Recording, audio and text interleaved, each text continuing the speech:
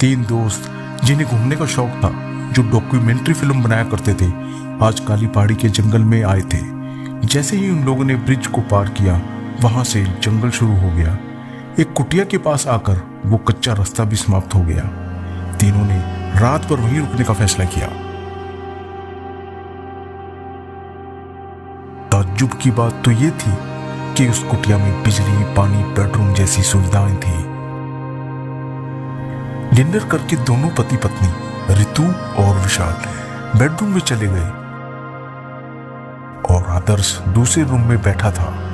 वो documentary film की introduction लिखने लगा। वो रात और ज्यादा काली हो गई थी। चारों ओर जानलेवा सन्नाटा पसरा हुआ था। अचानक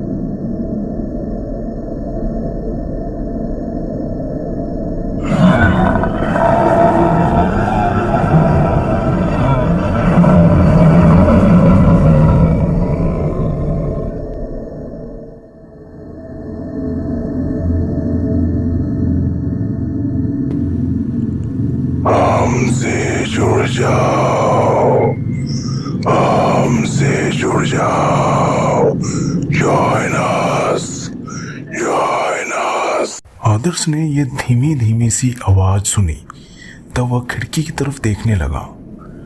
फिर उठकर उसने कुटिया का बैक डोर खोला। चारों ओर सन्नाटा था। उसने कहा, कौन है? कौन है? उधर बेडरूम में वे दोनों प्रेमालाप कर रहे थे। आदर्श फिर से लिखने में व्यस्त हो गया। अचानक उसे जोर जोर से लकड़ियां टूटने की आवाज आई। वो भागकर खिड़की के पास गया और उसने जो देखा वो देख उसकी आंखें फटी की फटी रह गई। पेड़ों की शाखाएं जोर जोर से हिल रही थी। पेड़ खिसक खिसक कर कुटिया की तरफ चले आ रहे थे। जोर जोर से लकड़ियां टूटने की आवाजें आ रही थी। आदर्श इसके बारे में विशाल और रितु को बताना चाहता था। इससे पहले कि वो उनसे मिलता, एक नुकीली लकड़ी उसके सीने में आकर घुस गई। उसकी चीख निकल गई। चीख सुनकर रितु और विशाल चौंक जाते हैं। जब वे आदर्श के पास पहुंचे तो उसकी हालत देख वे दोनों घबरा गए। तुम लोग यहाँ से भाग जाओ। ये लो कार की चाबी। मेरे पास समय कम है। ये शैतानी शक्तियाँ मुझे वश में कर रही हैं। मैं पेड़ों में जान आ गई है। शैतानी पेड़ बन गए हैं। जाओ तुम लोग, अपनी जान बचाओ। नहीं भाई, हम तुझे ऐसी हालत में छोड़कर कैसे जा सकते हैं? विशाल, जा, चलो जाओ। रिते को ले जाओ। मैं एक शैतानी मुर्दा बन। हमसे जुड़ जाओ, हमसे जुड़ जाओ। आदर्श का बदलता रूप देखकर विशाल और रितु डर गए और कुटिया से बाहर आ गए। कार में वे दोनों बैठ गए। वे तेजी से जा रहे थे। जब उनकी कार ब्रिज के पास पहुंची तब वहां का मंजर देख विशाल के होश उड़ गए। ब्रिज टूट चुका था।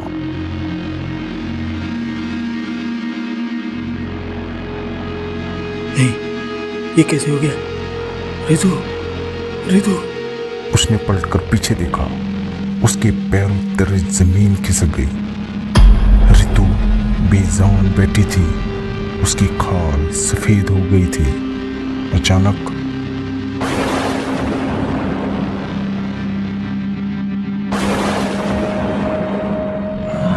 हमसे जुड़ जाओ, हमसे जुड़ जाओ। जोएनश, जोएनश। विशाल कार से उतरकर भागा। अब शैतान में बदली हुई ऋतु भी उसके पीछे भागी। सामने शैतान का रूप लिया आदर्श खड़ा था। उसके हाथ में एक फावड़ा था। उसने विशाल को मारने के लिए फावड़ा फेंका, लेकिन विशाल बच गया और वो फावड़ा ऋतु के गले पर लगा। उसका सर धड़ से अलग हो गया। उसका कटा सर अब भी हवा की तरह बच रहा था। विशाल भाग रहा था। ठोकर खाकर वह गिरा। उसकी चीख निकली। उसके पेट में एक पेड़ की टहनी घुस गई और सब खत्म हो गया।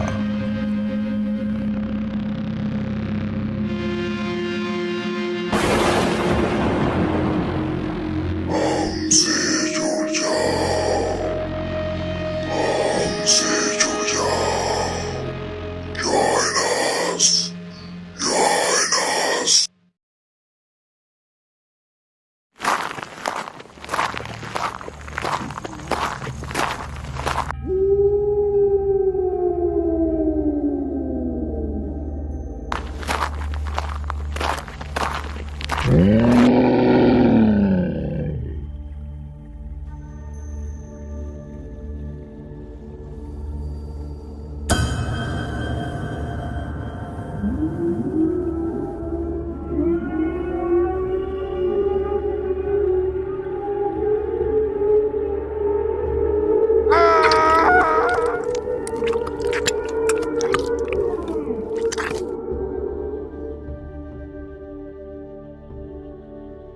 रात का समय था। वे चारों एसयूवी कार में एक सुनसान रास्ते से जा रहे थे। चलते चलते अचानक उनकी एसयूवी कार रुक जाती है। थॉमस कार को स्टार्ट करने की कोशिश करता है, लेकिन कार स्टार्ट नहीं होती।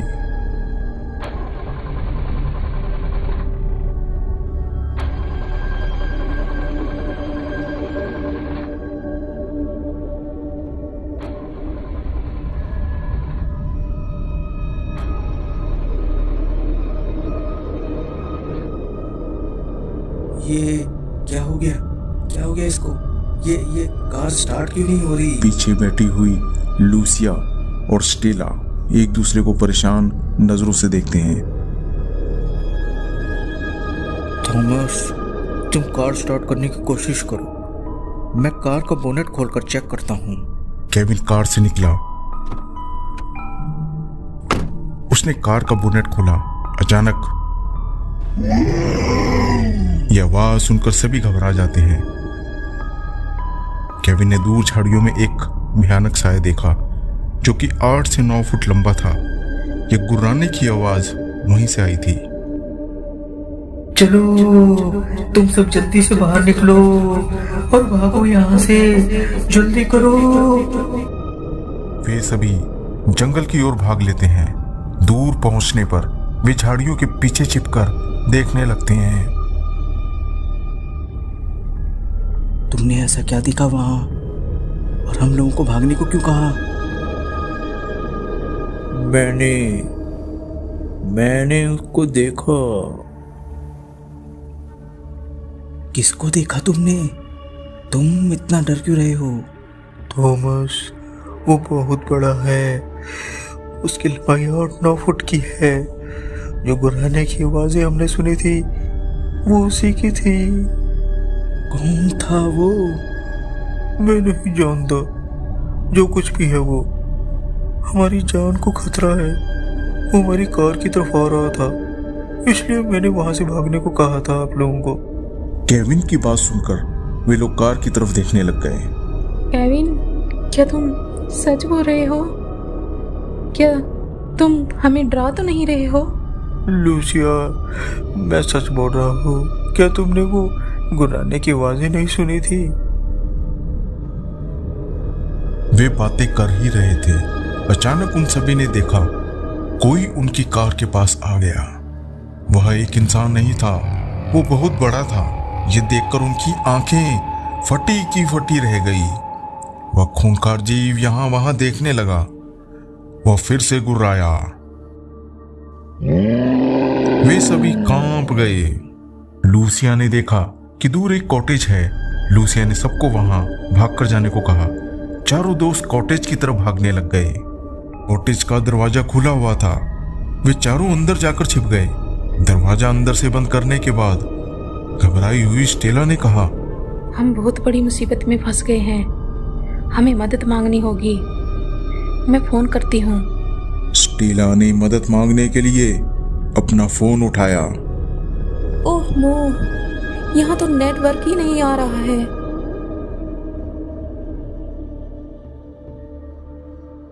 मुझे बहुत डर लग रहा है, वह खूंखार जीव कहीं यहाँ भी ना आ जाए, वो इन खिड़कियों से हमें देख ना ले। हमको जल्दी से इन सभी खिड़कियों को ढकना होगा। वे चारों दोस्त जल्दी जल्दी कॉटेज के बाहर पड़ी हुई लकड़ियां इकट्ठा करके ले आए और खिड़कियों को ढकने लगे।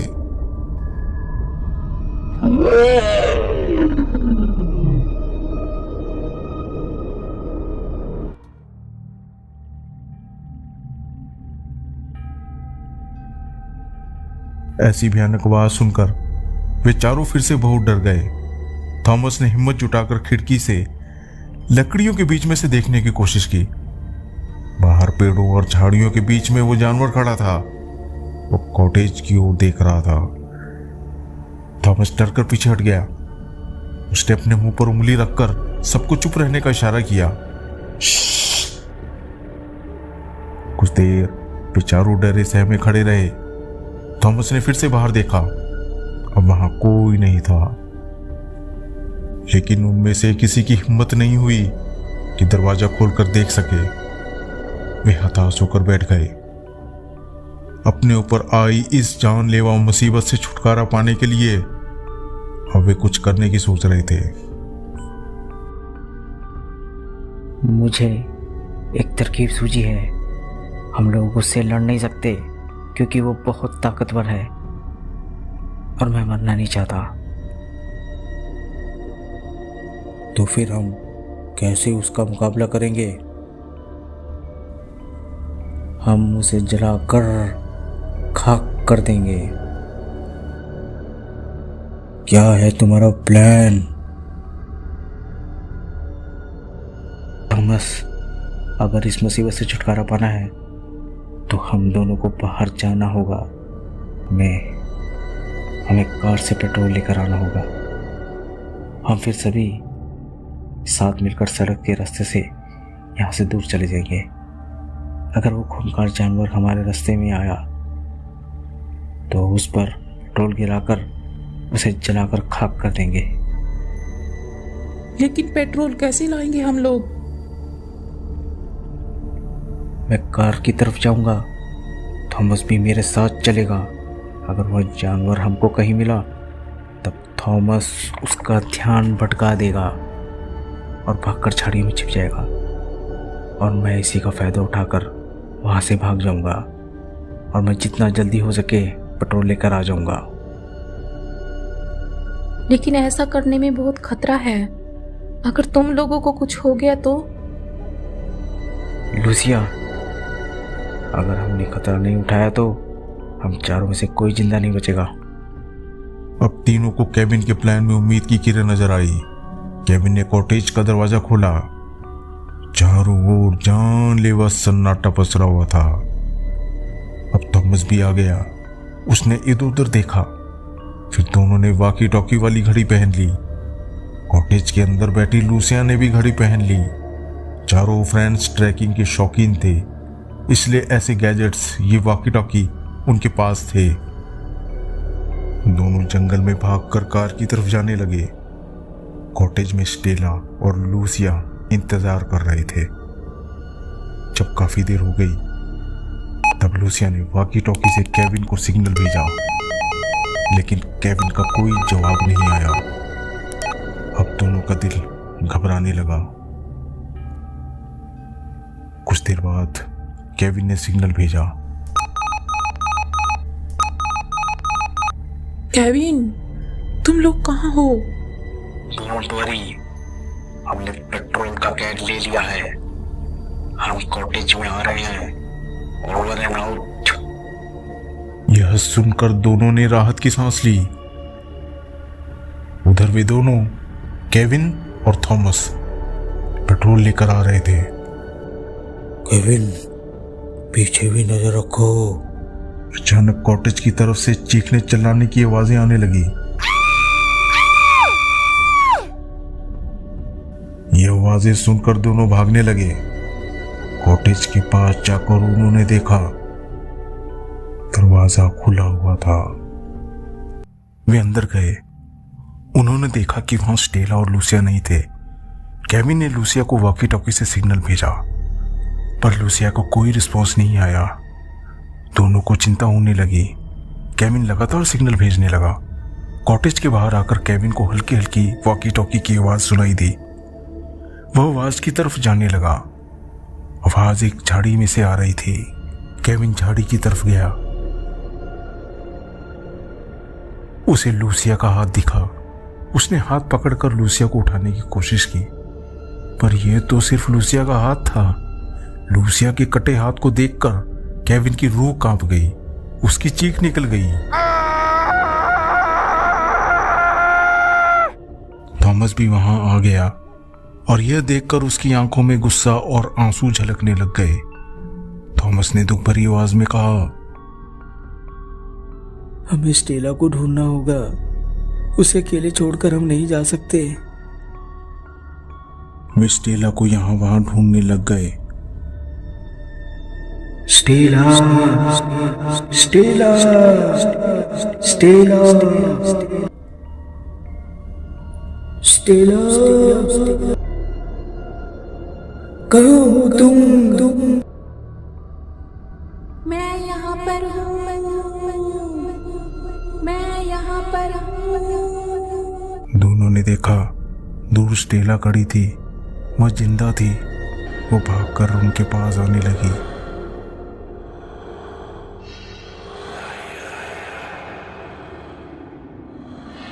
पर अचानक एक झाड़ी में से वह खूंखार जानवर निकला और फुर्ती से स्टेला को पकड़कर अपने साथ घसीटते हुए ले गया।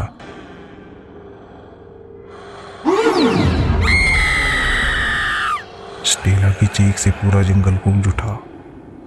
अब दोनों का खून खौल उठा। तुझे हम नहीं छोड़ेंगे, तुझे जलाकर खाक कर देंगे। ऐसा कहकर वे भाग लिए। फिर झाड़ियों में छिपकर देखने लग गए। खूंखार जानवर स्टेला का मांस नोच नोच कर खा रहा था।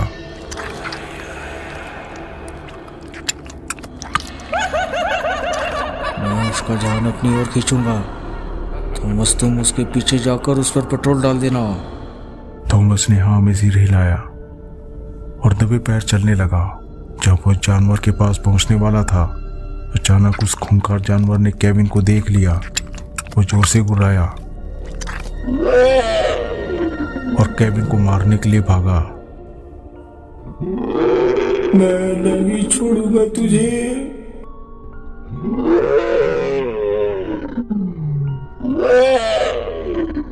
केविन ने भागकर उसे किक मारी।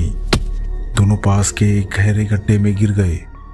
गड्ढे में से केविन की चीखें आने लगी। थॉमस पेट्रोल का कैन लेकर गड्ढे के पास पहुंच गया।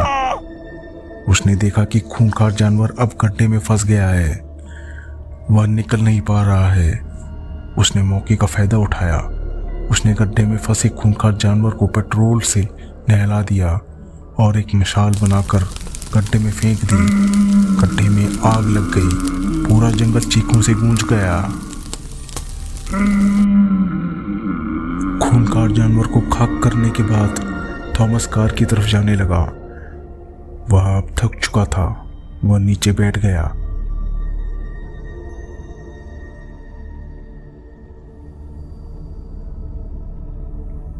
अचानक काला धुआं थॉमस के मुंह में घुस गया। थॉमस की हड्डियां चटकने लगी। उसकी गर्दन मुड़ गई। ये मुझे क्या हो रहा है? मुझे कोई नहीं मार सकता।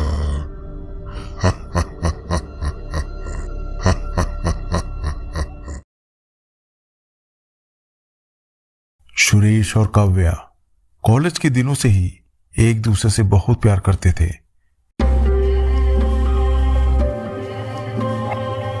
कॉलेज की पढ़ाई पूरी करने के बाद सुरेश ने अपने पिता का कारोबार संभालना शुरू कर दिया और काव्य के घर वालों ने उसकी शादी के लिए काव्य पर दबाव बनाना शुरू कर दिया। इसलिए काव्य ने सुरेश को मिलने के लिए बुलाया। सुरेश, अब मैं तुम्हारे बिना एक पल भी नहीं रह सकती। मैं तुमसे जल्द से जल्द शादी करना चाहती हूँ, नहीं तो मेरे घर वाले मेरी शादी किसी और से करवा देंगे और ऐसा होने से पहले मैं अपनी जान दे दूंगी। मैं भी तुम्हारे बिना जी नहीं सकता। मैं आज ही अपने डैड से बात करूंगा। अगर वे मान गए तब भी, और अगर वे ना माने तब भी, मैं सिर्फ और सिर्फ तुमसे शादी करूंगा काव्या। I love you. रात को डाइनिंग टेबल पर सुरेश ने अपने पिता को बता दिया कि वह काव्य से शादी करना चाहता है। ये सुनकर उसके पिता गुस्सा हो गए। सुरेश, तुझसे मुझे ये उम्मीद नहीं थी। क्या तू जानता नहीं कि तेरे पिता का इस शहर में कितना नाम है, कितनी शोहरत है, कितना रुतबा है। तेरी शादी उसी लड़की से होगी जिसका घराना मेरी बराबरी का होगा, समझे तुम? डैड, आपने अपने नाम, शोहरत, रुतबे और दौलत के बारे में सोचा? आपने अपने बेटे की खुशी की परवाह नहीं की? तो सुनो, नहीं चाहिए मुझे आपकी ये दौलत।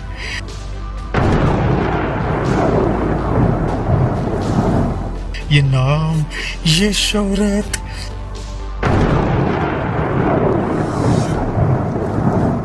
मैं काव्या के बिना जिंदा नहीं रहूंगा। डैड, सुना आपने? मैं काव्या के बिना नहीं जिंदा रहूंगा।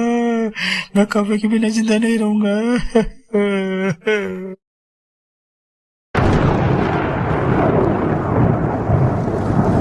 लेकिन जब सुरेश ने कहा कि वह काव्य के बिना जिंदा नहीं रहेगा, तब अपने इकलौते बेटे की जिद के सामने उसके पिता ने घुटने टेक दिए।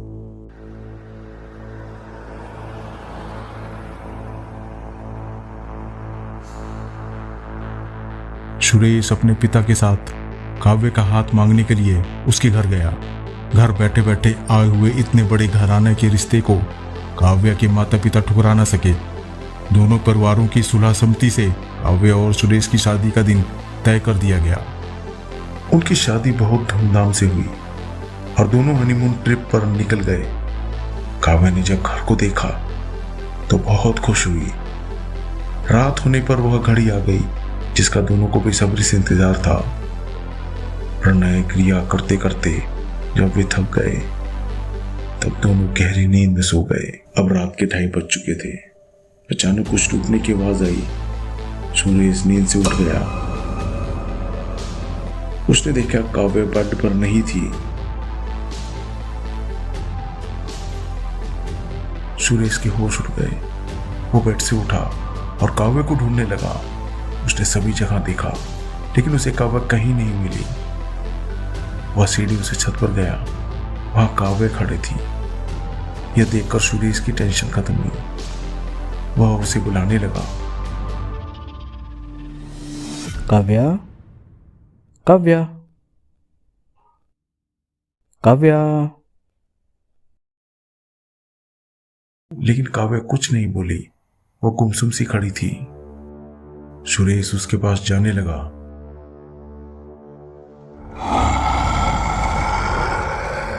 काव्या, काव्या, काव्या। अचानक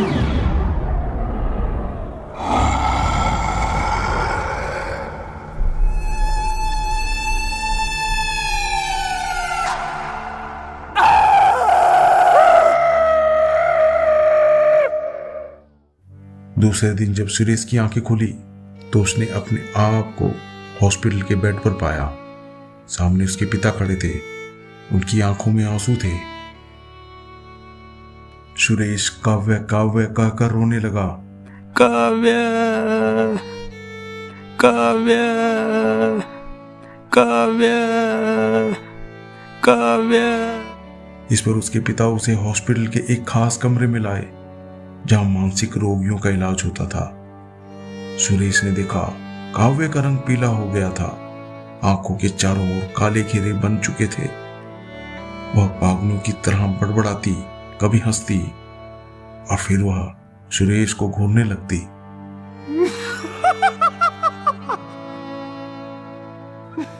काव्या, काव्या, तुझे क्या हो गया? मेरी काव्या, तुझे क्या हो गया? काव्या, काव्या, काव्या, तुझे क्या हो गया? मेरी काव्या, तुझे क्या हो गया? सुरेश रोते रोते बाहर आया।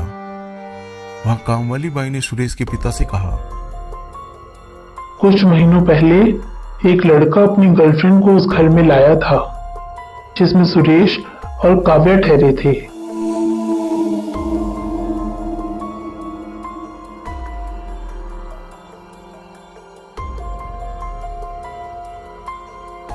साहब जी, उस लड़के ने अपनी गर्लफ्रेंड को कुछ नशीली दवा चालाकी से पिला दी। जब लड़की बेहोश हो गई तब उस लड़के ने उसका शोषण किया, लेकिन उस लड़की को होश आ गया और जब उसने अपनी ऐसी हालत देखी तो वे गुस्से से आग बबूला हो गई। दोनों के बीच बहस हो गई।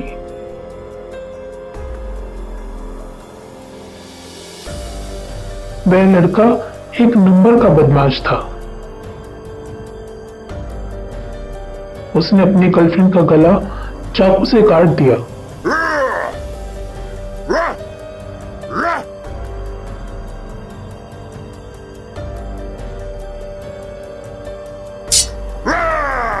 वह वहां से भाग गया।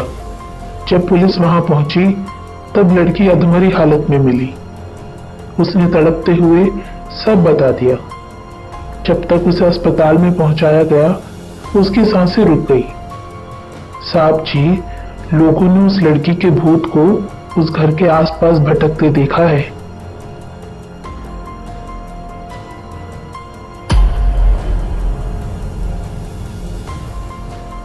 शायद वह काव्या के शरीर में घुस गई है और अब जब तक वह अपना बदला नहीं ले लेगी वह उसका शरीर नहीं छोड़ेगी।